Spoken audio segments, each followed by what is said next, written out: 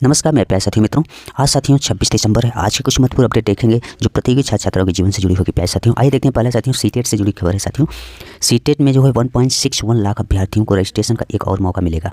केंद्रीय शिक्षक पात्रता परीक्षा अर्थात सीटेट फरवरी के जो है 21वीं संस्करण के लिए आवेदन पूरा नहीं कर पाने वाले 1,61,127 अभ्यर्थियों को बोर्ड एक और मौका देगा। इसके लिए प्यारे साथियों आवेदन पोर्टल को खोले जाने का भी फैसला सीबीएसई ने ले लिया है। बोर्ड की ओर से अंतिम रूप से आवेदन जमा करने के लिए सुबह एक बार पुनः 27 दिसंबर 11 बजे से 30 दिसंबर रात 12 बजे तक पोर्टल ओपन रहेगा। जिन अभ्यर्थियों के पास साथियों आवेदन अधूरे रह गए थे वो इस अवधि में जो विद्यार्थी छूट गए हैं वो अपना आवेदन कर पाएंगे। दरअसल कि उन उम्मीदवारों ने पिछली आवेदन अवधि 27 नवंबर से 18 दिसंबर के दौरान पंजीयन तो शुरू किया था, लेकिन उसे अंतिम रूप से जमा नहीं कर पाए थे, यानी फीस पेमेंट नहीं कर पाए थे, लेकिन उसे अंतिम रूप से जमा नहीं किया गया था, जिसके कारण इनका आवेदन अधूरा रह गया और अंतिम तिथि बीत जाने के बाद पोर्टल बंद कर दिया गया। ऐसे उम्मीदवारों की ओर से बोर्ड के पास अनुरोध आ रहे थे। बोर्ड ने कहा कि चूंकि यह परीक्षा लगभग 1 साल के अंतराल पर आयोजित हो रही है, ऐसे में यह अभ्यर्थी परीक्षा से वंचित न रहें, इसके लिए उन्हें यह मौका दिया जा रहा है। उम्मीदवार पोर्टल ctet.nic.in पर जाकर लॉगिन कर अपना आवेदन पूरा कर सकेंगे। बोर्ड ने यह भी स्पष्ट कर दिया है कि इस दौरान कोई नया रजिस्ट्रेशन नहीं होगा। प्यारे साथियों जिसका साथियों पेंडिंग में अगर कोई रजिस्ट्रेशन करके साथियों कंप्लीट नहीं किया है, कोई पेमेंट नहीं कर पाया है, उस तरह के विद्यार्थियों के लिए, ऐसे स्टूडेंट के लिए इन्होंने एक बढ़िया मौका दिया है प्यारे साथियों, जिसमें 1,00,000 लाख से अधिक विद्यार्थी इसमें जो फॉर्म अधूरा कंप्लीट नहीं कर पाए उनके लिए एक अच्छा मौका है, क्योंकि 1 साल बाद सीटेट का आयोजन बोर्ड द्वारा आयोजित किया जा रहा है। इसलिए सीबीएसई ने फैसला लिया है पुनः पोर्टल लॉगिन करने का।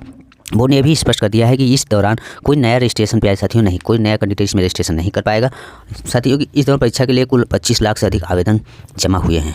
टोटल अभी तक 25 लाख रिकॉर्ड आवेदन प्यारे साथियों इसमें सीटेट में देखने को मिला है। प्यारे साथियों नेक्स्ट खबर देखेंगे। ये खबर है टीआरई 4 से। साथियों 25,000 शिक्षकों को होगी बहाली। शिक्षा मंत्री ने कहा कि टीआरई 4 में 25,000 से अधिक, कभी 30,000, 25,000, ये साथियों इनका कुछ अब समझ में नहीं आ रहा है करना क्या चाह रहे हैं। रोस्टर तैयारी चल रही है। शिक्षकों का स्थानांतरण जिला केवल टीआरई 1, 2, 3, 4 अच्छे से हुआ है, उसके बाद साथियों सब कुछ डिले होता गया। पदाधिकारियों की अध्यक्षता वाली कमेटी करेगी और विशेष परिस्थितियों में कमेटी की सिफारिश पर सरकार स्तर पर निर्णय लिया जाएगा। जिले के स्कूलों में छात्रों की संख्या और शिक्षक अनुपात के अनुरूप स्थानांतरण सुनिश्चित किया जाएगा ताकि कोई विषय खाली न रह जाए। प्यारे साथियों एनटीपीसी अंडर ग्रेजुएट परीक्षा आंसर की जारी। प्यारे साथियों अजमेर रेलवे बोर्ड ने 4 दिन बाद ही गैर तकनीकी लोकप्रिय कोटिया भर्ती यानी पूर्व स्नातक परीक्षा के आंसर की जारी कर दी है। इस परीक्षा में करीब 7,000 अभ्यर्थी बैठे थे। एनटीपीसी अंडर ग्रेजुएट पदों के लिए सीबीटी 11 का आयोजन 20 दिसंबर को आयोजित किया गया था। यह परीक्षा जयपुर सहित 6 जिलों में ली गई थी। परीक्षा के प्रश्न उत्तर कुंजी देने एवं प्रश्नों में विकल्प कुंजियों पर यदि किसी तरह की साथियों अभ्यर्थी कोई आपत्ति हो तो उसे दर्ज करने के लिए भी अवसर दिया गया और 30 दिसंबर तक इसके लिए लिंक सक्रिय रहेगा। आपत्तियां दर्ज करने के लिए आपको निर्धारित शुल्क 50 रुपये प्रति प्रश्न के साथ लागू बैंक सेवा शुल्क भी दे है। यदि आपत्तियां सही पाई जाती है तो ऐसी वैध आपत्तियों के खिलाफ भुगतान किया गया शुल्क लागू बैंक शुल्क की कटौती के बाद उम्मीदवार को वापस कर दिया जाएगा। प्यारे साथियों अगर साथियों आप ऑब्जेक्शन करते हैं, अगर आपका सही होता है ऑब्जेक्शन, तो आपको जो पैसा जो कटेगा साथियों वो आप वापस कर लो, आपको वापस हो जाएगा। प्यारे साथियों नेक्स्ट खबर दिया है।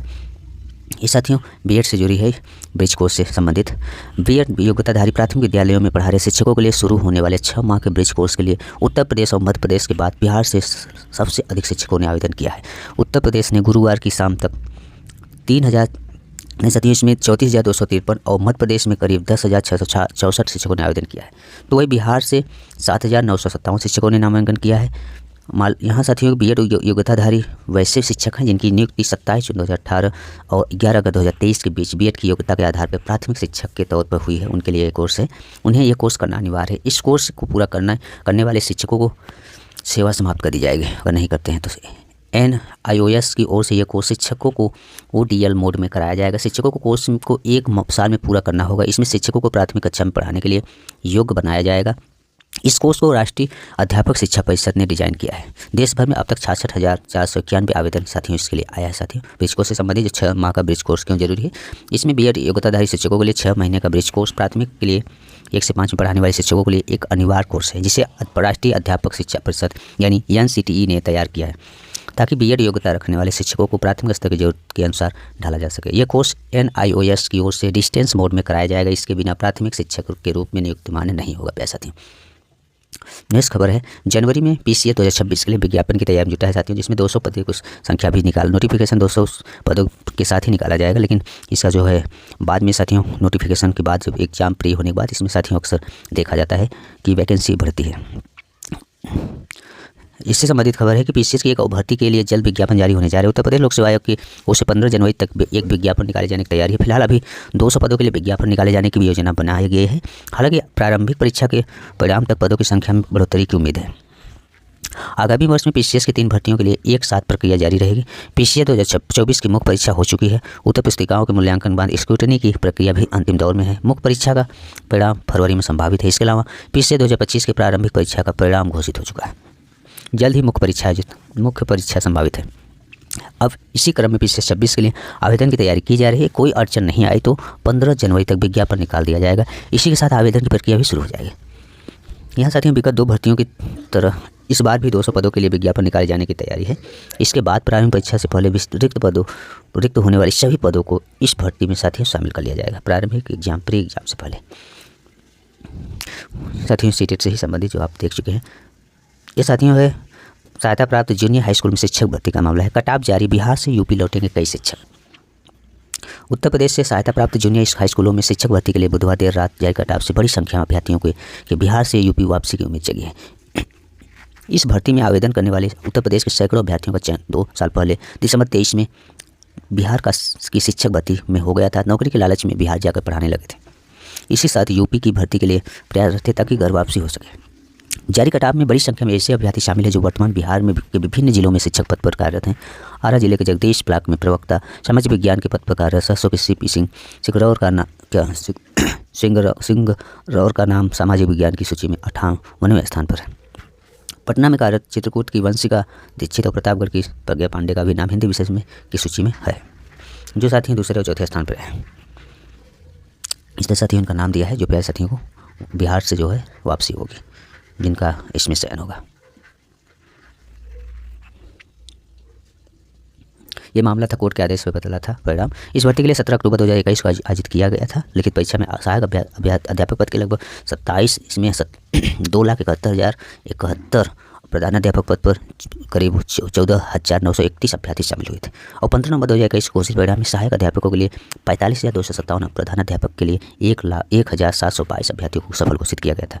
हालांकि बाद में हाईकोर्ट के आदेश पर 6 सितंबर 2022 को संशोधित परिणाम में सहायक अध्यापक पद पर 42,066, प्रधानाध्यापक पद के लिए 1,544 अभ्यर्थियों को सफल भी घोषित किया गया था। प्यारे साथी नेक्स्ट खबर देखेंगे।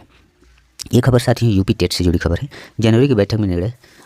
उत्तर प्रदेश शिक्षा सेवा चयन आयोग की शिक्षक तथा परीक्षाएं टेट प्रस्तावित तिथि 29-30 जनवरी को होने या न होने का निर्णय अब जनवरी में होने वाली आयोग की बैठक में हो सकेगा। 25 से 31 दिसंबर तक आयोग में शीतकालीन अवकाश होने तथा परीक्षा तैयारी पूरी प्रक्रिया में लगने वाले अधिक समय को देखते हुए पूर्व निर्धारित तिथि पर परीक्षा आयोजन मुश्किल में है।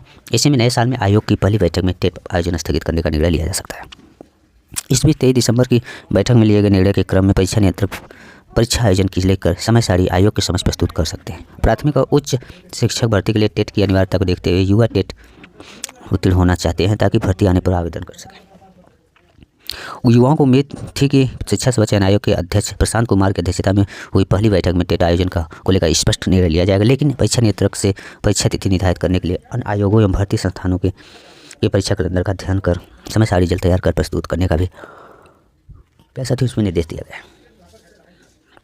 साथियों आप लोगों का यूपी टेट एग्जाम जनवरी में जो बैठकें होगी उसमें स्पष्ट रूप से निर्णय लिया जाएगा।